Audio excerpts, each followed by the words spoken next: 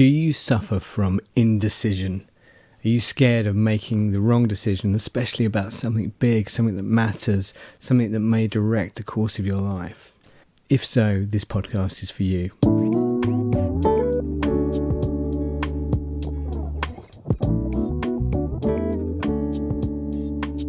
Hi, I'm Darren, and this is the Someday Arrival podcast. And over the last few episodes, we've been thinking about how to get started in doing something we've really been dreaming of doing for a long time, something that will make a difference in our own life, but also in the lives of others. And we reached today the decision to cover decisions. So we all need to make decisions, don't we? In some ways, our lives are the sum total of all the decisions we've ever made added together. And that can cause a bit of paralysis. We can feel like if we really want to achieve something and do something significant with our lives, then we need to make the right decisions every single time. And we begin to, especially as we get older, worry that we're running out of time or that we're making the wrong decisions perhaps. So I'm just going to give you a few practical things, a few practical tips for making really good decisions, especially big decisions, life-altering decisions potentially. So the first thing I want to do is read you a few people's bios, and let's see if you can recognise them. And they're people who've had to make decisions as they've gone along. So first of all, he was cut from the high school basketball team, and he went home and locked himself in a room and cried. And that guy could have made a decision not to play basketball again, and that was Michael Jordan. At 30 years old, he was left devastated and depressed after being effectively sacked from the company that he founded. That was Steve Jobs. And in the intermediary time, while he wasn't working at Apple, he actually founded Pixar.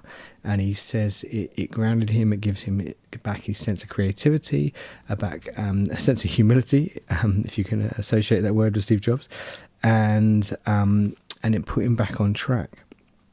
They were rejected by recording studios who said, "We didn't like their sound. They have no future in show business." And that band, I guess, could have decided maybe to throw in the towel after one of those rejections. And that band was the Beatles. They did okay. Here's another one. She was demoted from her job as a news anchor, as a presenter on a news program, because she was told to her face, "You are not fit for television." That's Oprah Winfrey. But she's glad that she didn't give up TV presenting. One or two more. How about this? He was fired from a newspaper because he lacked imagination and he didn't have any original ideas. That's Walt Disney. It's amazing, isn't it? You look at all these people, you think about these people, and you think these are people who the world could have missed out on their huge talent and contribution and innovation and ideas if they had made decisions differently, if they'd taken the setbacks, their resistance, the resilience, if they'd not been resilient in those situations. So what can we do to make good decisions, especially when life is not always working out the way we planned and people aren't always saying back to us the things we'd hoped? So here's a few things that I think you can do.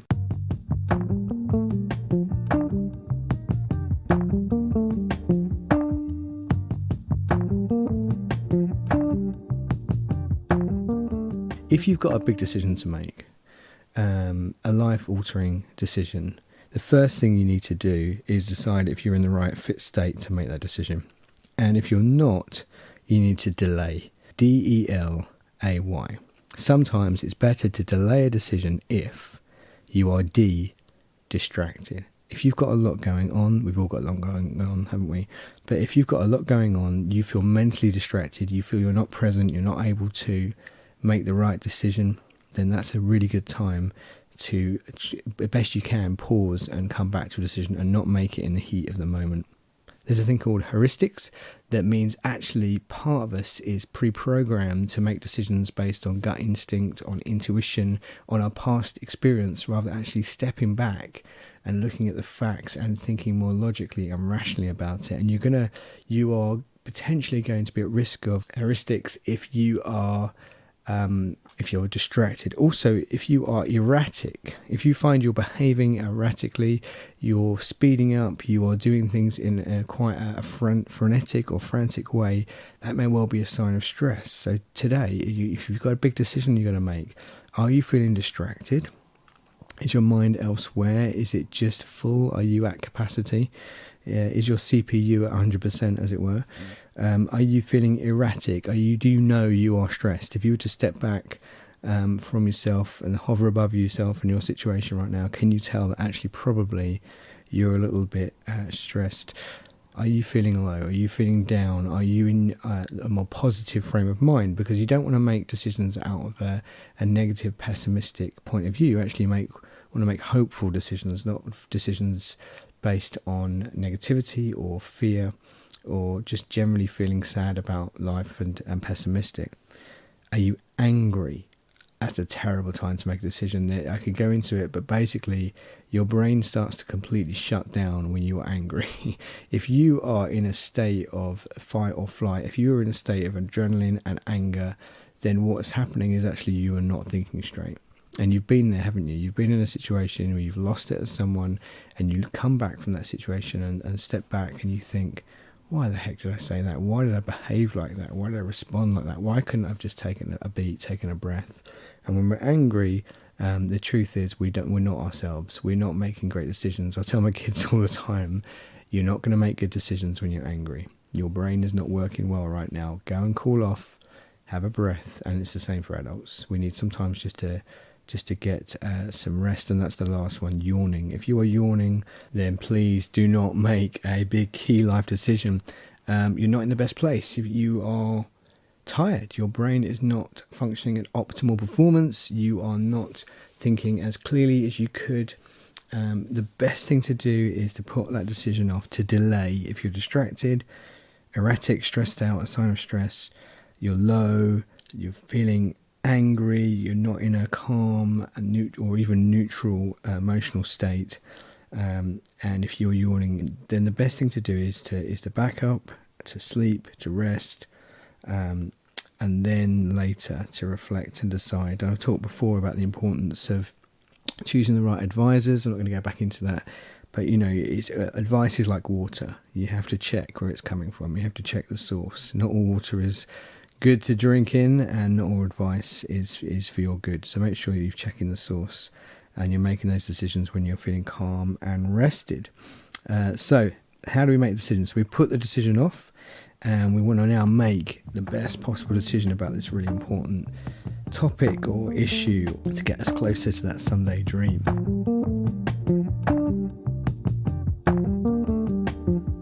Well, one thing I want to say is that not making a decision is in itself a decision. For example, if you're in a job and you are not sure as to whether or not to leave and find a different or better one, that in itself is a decision, because after a while your colleagues are going to start to leave you.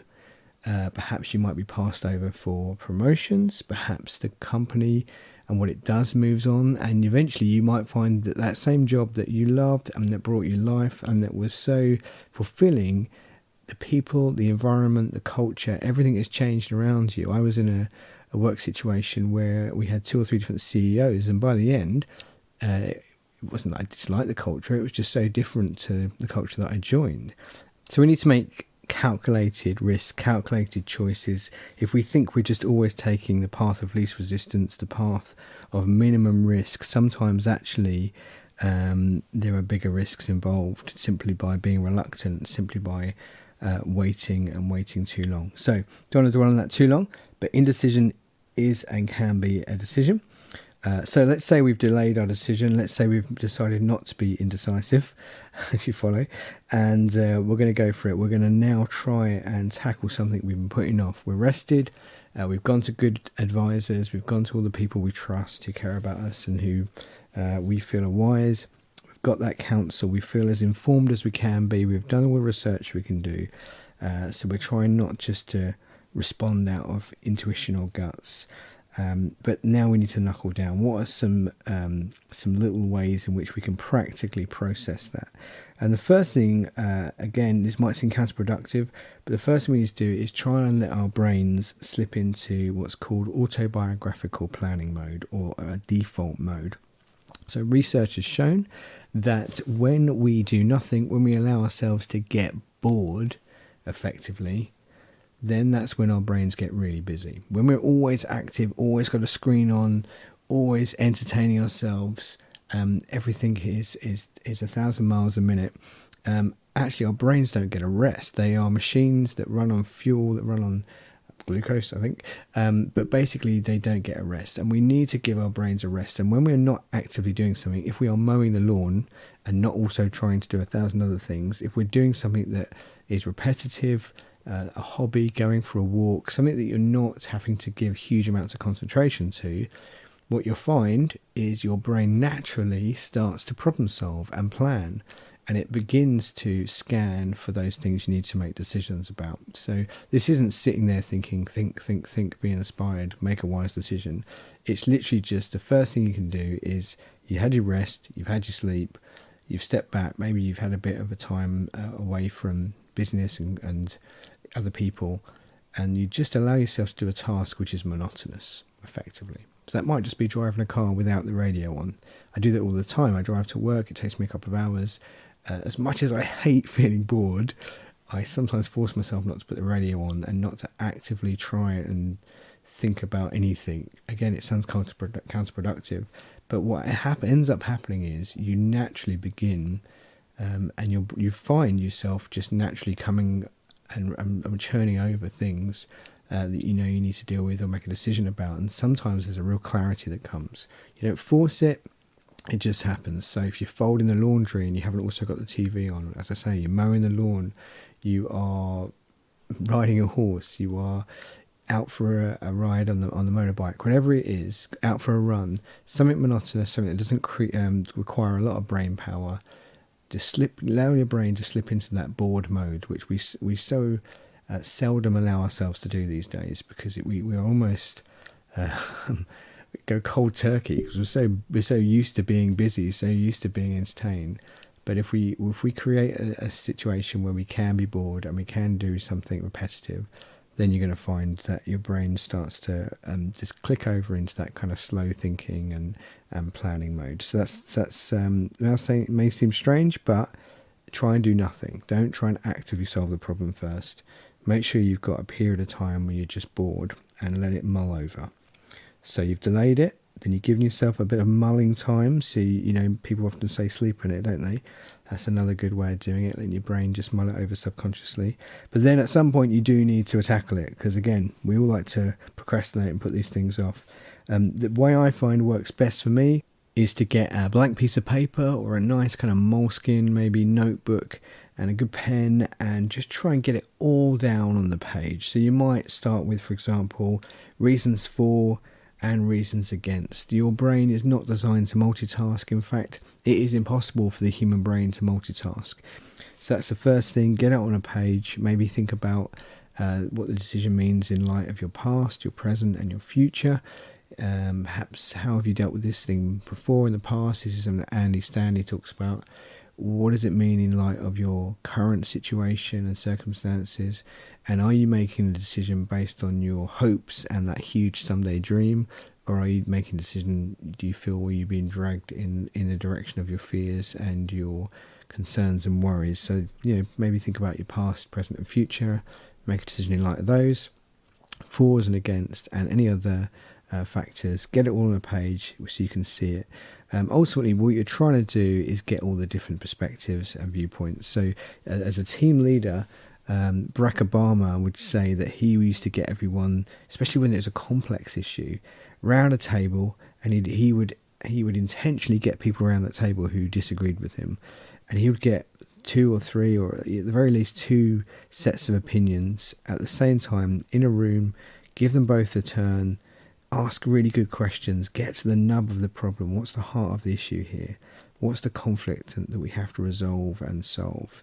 And once everyone sees the problem, once everyone's heard all the various potential solutions and options, Then he says, then you can actually work on the problem. Then you can make a decision with as much information as possible. And he says this, and I love this: it's more important to do the right thing than to do it right. You can hack away a path in the jungle, but if you're headed in the wrong direction, it's a waste of time. So he just loves kind of getting to the heart of it, making the right decision, not rushing it. So that's another thing you can do. So you've delayed, you've gone into default mode, you've mulled it over, and then you've got everything on the page. You've just got it down.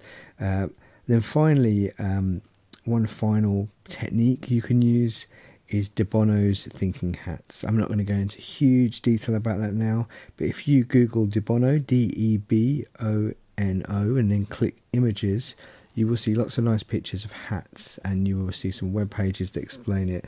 And effectively what they allow you to do again is to take the problem or the decision piece by piece and approach it from different angles.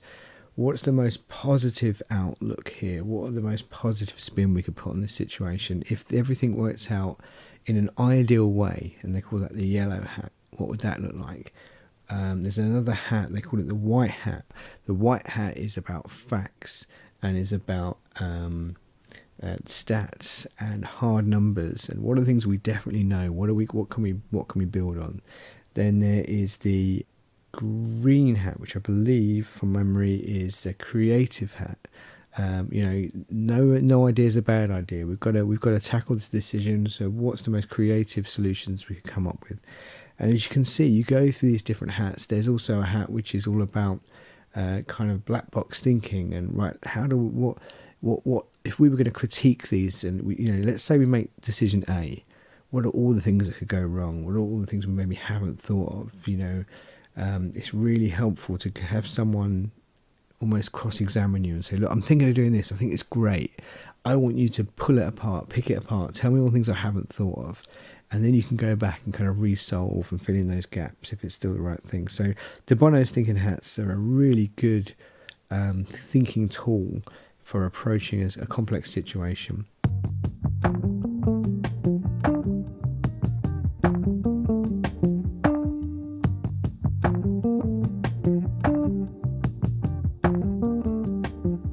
And I guess the final thing I want to say on this is you're never going to be sure. Don't be too hard on yourself. Around about exam season, I often repost a little picture, and it's a picture of, and I'll end with this, a railway track, or in fact dual railway tracks. And on one side, the railway ends and it just says dead end. And then on the other, the railway just sort of forks off in a different direction. And there's a caption that just says, today might feel like a dead end if you flunk your exams, but actually it's just a fork in the road. And I will take you back to those early stories of Michael Jordan and Oprah Winfrey and all these people who have done amazing things, and you just think about how many dead ends have they hit in their life, but they made decisions along the way, and those moments that could have absolutely flattened them and floored them simply became a fork in the road. So if today you've got some difficult decisions to make, hey look, use some of these various techniques, delay it if you're not in a good place to make a decision, allow yourself to mull it over, get some rest, get some sleep, get some good advice.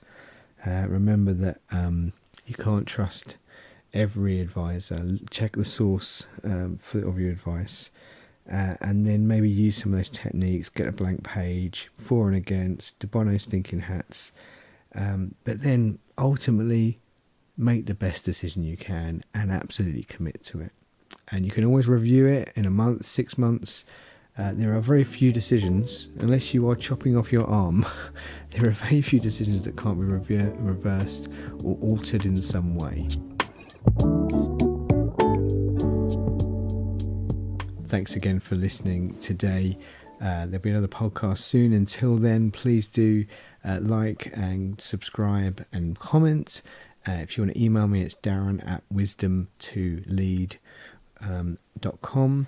And I'd love to hear your ideas, your feedback, your thoughts. And you can also check out the website somedayarrival.com. Thanks so much.